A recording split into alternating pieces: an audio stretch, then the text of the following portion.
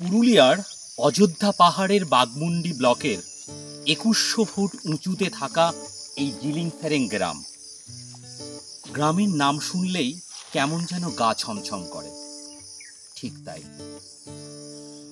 রাজ্যে পালা বদলের আগে এই গ্রামে পা রাখলেই যেন হাড়হিম হয়ে যেত, কারণ এই গ্রাম ছিল মাওবাদীদের মুক্তাঞ্চল।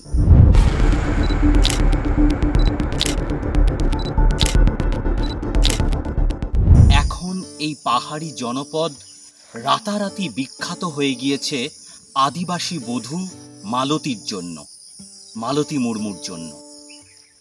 মালতী মুর্মু, যিনি বিনা পয়সায় এই পাহাড়ের আদিবাসী শিশুদেরকে শিক্ষা দিচ্ছেন। কি রয়েছে সেই স্কুলে? কেমনভাবেই স্কুল চালান মালতী? মালতী কি সত্যিই কোনো সাহায্য পাননি? স্বেচ্ছাসেবী সংস্থারা তো দাবি করছে অনেক কিছুই। সবটা দেখব, সবটা আপনাদেরকে দেখাবো। চলুন আর একটু পাহাড়ি পথে হেঁটে সোজা জিলিং সেরেং।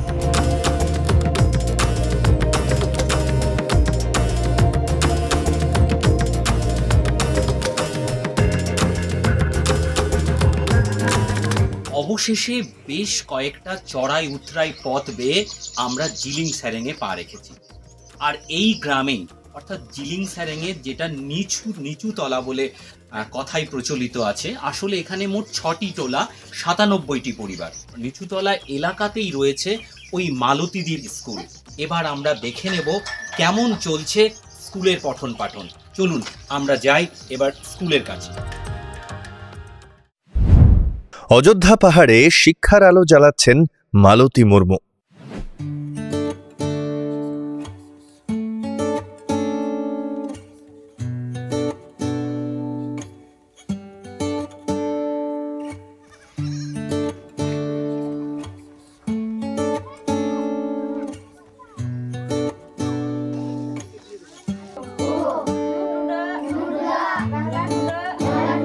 আগে ভালো ছিল নাই এরকম, তো এখন ওই পড়াশোনাটাও ভালো হচ্ছে, আগে এরকম ছিল না। আগে কি কেমন ছিল? হ্যাঁ, আগে মানে ছেলেদের মানে অত পড়া নাই ছিল, মানে খেলতেও বেশি, পড়া কম, ওইরকম ছিল। তো এখন মালতী দিদি এথা স্কুল খোলা হইলো, সে তখন এথা আসছো, নাহলে আগে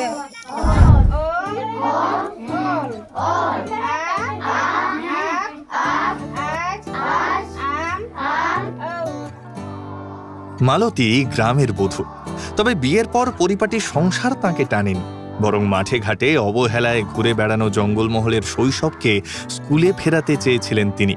সেই থেকেই সদ্য শ্বশুরবাড়িতে গিয়ে স্কুলমুখী করেছেন স্থানীয় বাচ্চাদের।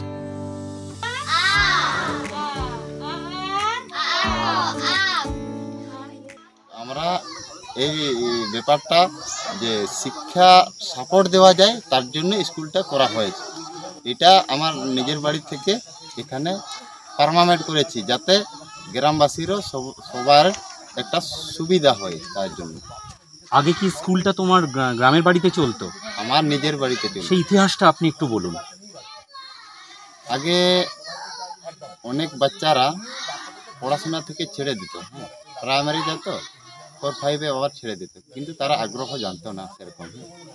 2020-তে লকডাউন ছিল, আচ্ছা, সে সময় বাচ্চারা খেলাধুলো করে দিন কাটাতো, পড়াশোনার দিকে ধ্যান দিত না। সে সময় আমার মনোভাব হয় যে এরকম করলে তো হবে না, আমাদের তো এখানে কোচিংয়ের ব্যবস্থা নেই। সে সময় আমি শুরু করি। গ্রামেই সরকারি স্কুল, তাও কেন ভিড় মালতীর স্কুলে?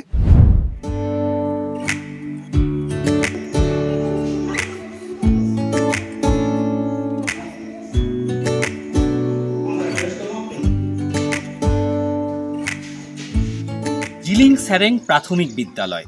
আমরা যেটা বলছিলাম যে এখানে প্রথাগত শিক্ষার ব্যবস্থা আছে। 1971 সালে বাঘমুন্ডি 2 নম্বর চক্রের এই প্রাথমিক বিদ্যালয়ের স্থাপিতকাল, অর্থাৎ বাম আমলে।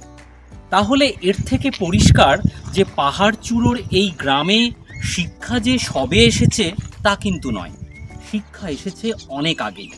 তবে সেই শিক্ষাকে এগিয়ে নিয়ে যাচ্ছেন মালতী মুর্মু, সে সম্বন্ধে কোনো সন্দেহ নেই। গ্রাউন্ড জিরোর রিপোর্ট কিন্তু তাই কথা বলছে। তথ্য দিয়ে আরেকটাই, এই স্কুলের প্রধান শিক্ষক কিন্তু স্বীকার করে নিয়েছেন স্কুল ছুট হয় তার এই প্রাথমিক বিদ্যালয় থেকে, আর সেই স্কুল ছুট বাচ্চারা সেই মালতী মুর্মুর স্কুলে বিনা পয়সার পাঠশালায় লেখাপড়া করেন। এই স্কুলের ছাত্রছাত্রীর সংখ্যা 43, অথচ মালতীর স্কুলে পড়াশোনা করে 45। ইলিংসারিং প্রাথমিক বিদ্যালয় স্থাপিত 1971। এখন বর্তমানে এই স্কুলে ছাত্রছাত্রীর সংখ্যা কত? বর্তমানে এই স্কুলের ছাত্রের সংখ্যা 43 জন। রোজ কতজন আসেন? আর আজকে যেদিন যেমন বর্ষা সিজন, এমনি তো মানে আজকে বর্ষা সিজন, তারপরে ওইখানে সকালে ব্যাগ দিয়েছে ওই মালতী স্কুলে, বিকালে বলছে ইউনিফর্ম দেবে, যার জন্য বেশি করে ছাত্র আজকে আসছে। কতজন এমনিতে সাধারণভাবে গড়ে কতজন আসে? ওরা আসে 30 জন মোটামুটি আসে, কন্টিনিউ সেটা না হতে পারে। আজকে কতজন এসছে? আজকে তো 9 জন।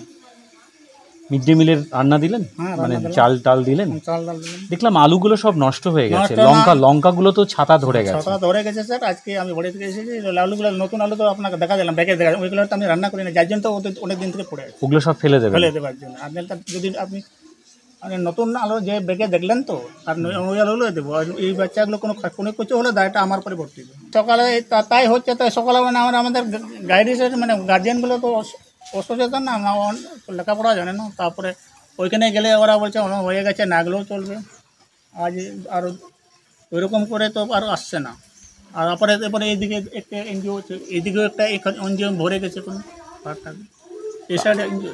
এই বিষয়গুলো জানিয়েছেন নতুন কর্তৃপক্ষের কাছে যে আপনার স্কুলের এত বেহাল দশা? না, ওই তো স্যার আপনাকে বললাম, এসডিও সাহেব এসেছিলেন, বিডিও সাহেব দেখে গেছেন 10 তারিখ, এই রিসেন্ট 10 জুলাই। মালতীর স্কুল নিয়ে দানা বেঁধেছে বিতর্ক। স্বেচ্ছাসেবী সংগঠনের সাহায্যে চলছে স্কুল। বাঙ্কা মুর্মু এবং তার অর্ধাঙ্গিনী মালতী মুর্মু তারা স্কুলটা চালাচ্ছেন ঠিকই, কিন্তু আমরা মালতী মুর্মুকে এতদিন তাকে পড়াতেও দেখিনি, কিন্তু যদি উনি পড়ান এটা তাহলে খুবই ভালো। কিন্তু আমরা সাম্মানিক প্রদান করতাম কিন্তু বাঙ্কা মুর্মুকে, এবং আমরা জানতাম বাঙ্কা মুর্মুই সেই স্কুলটি পড়ান, তাতে আমাদের কোনো সমস্যা নেই। সমস্যার বিষয় হচ্ছে যেটা প্রচার চালানো হচ্ছে সম্পূর্ণভাবে সেই স্কুলটা নিজেরা চালাচ্ছেন, কোনো রকম আর্থিক সহযোগিতা বা কোনো রকম সহযোগিতা তারা পান না।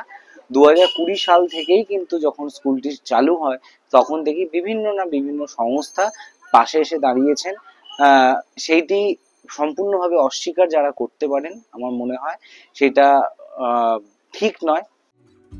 মালতী আর তার স্বামী সম্পূর্ণ নিজের চেষ্টায় স্কুল চালাচ্ছেন বলে দাবি করলেও স্বেচ্ছাসেবী সংগঠনরা কিন্তু বলছে তারা মালতীদের স্কুলের পাশে দাঁড়িয়েছিলেন, করেছিলেন আর্থিক সহায়তা। অভিযোগ আছে, উত্তরও রয়েছে মালতীদের তরফে।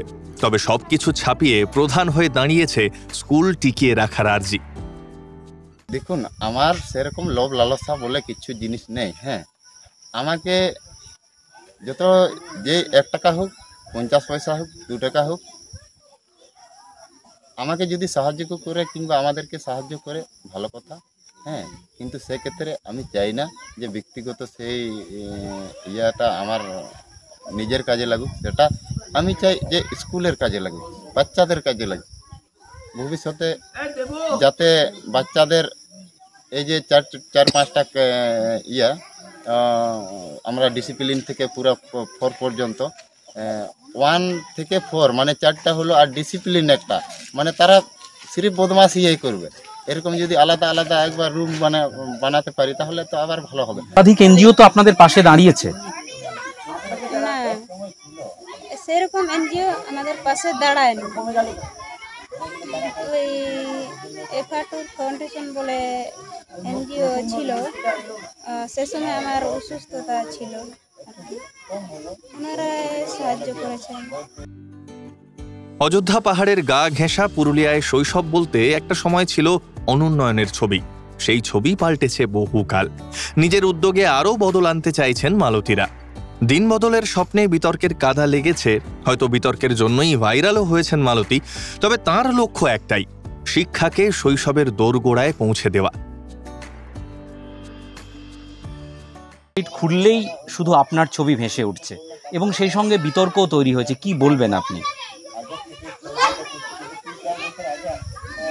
আমি একজন সাধারণ মানুষ আর কি, আমার বেশি পড়াশোনা নেই। আমি এটাই চাই যাতে আমাদের ভবিষ্যৎ যাতে আটকে না যায়, সোশ্যাল মিডিয়া দ্বারা বা ভাইরাল ভিডিও দ্বারা যাতে আমার খারাপ না হয়, আমার স্কুলটা যাতে চালিয়ে যেতে পারে। স্কুলটাই যেন চালিয়ে যেতে পারি বলছেন মালতী মুর্মু। আর এখানেই সব বিতর্কের শেষ। মালতীবালা স্কুলের নতুন করে পথ চলা শুরু। তাহলে প্রশ্ন, এই অযোধ্যা পাহাড়ে, এই জঙ্গল মহলে অনুন্নয়নকে ভর করেই মাওবাদীরা এসেছিল, জন্ম নিয়েছিল মাওবাদীদের। এখানকার বহু বিপথে পরিচালিত হয়েছিল এখানকার তরুণ তরুণীরা। তাহলে কি এই সরকারি স্কুলের বেহাল দশার কারণেই কি মালতীবালা বিদ্যালয়ের জন্ম বিনা পয়সার মালতী স্কুলের? গ্রাউন্ড জিরোর রিপোর্ট কিন্তু তেমন কথাই বলছেন প্রধান শিক্ষক এই স্কুলেরও। পুরুলিয়ার অযোধ্যা পাহাড়ের জিলিং স্যারেং থেকে ক্যামেরায় অমিতলাল সিংদোয়ের সঙ্গে সুমিত বিশ্বাস, সংবাদ প্রতিদিন.in। ফলো করুন সংবাদ প্রতিদিন ডিজিটাল।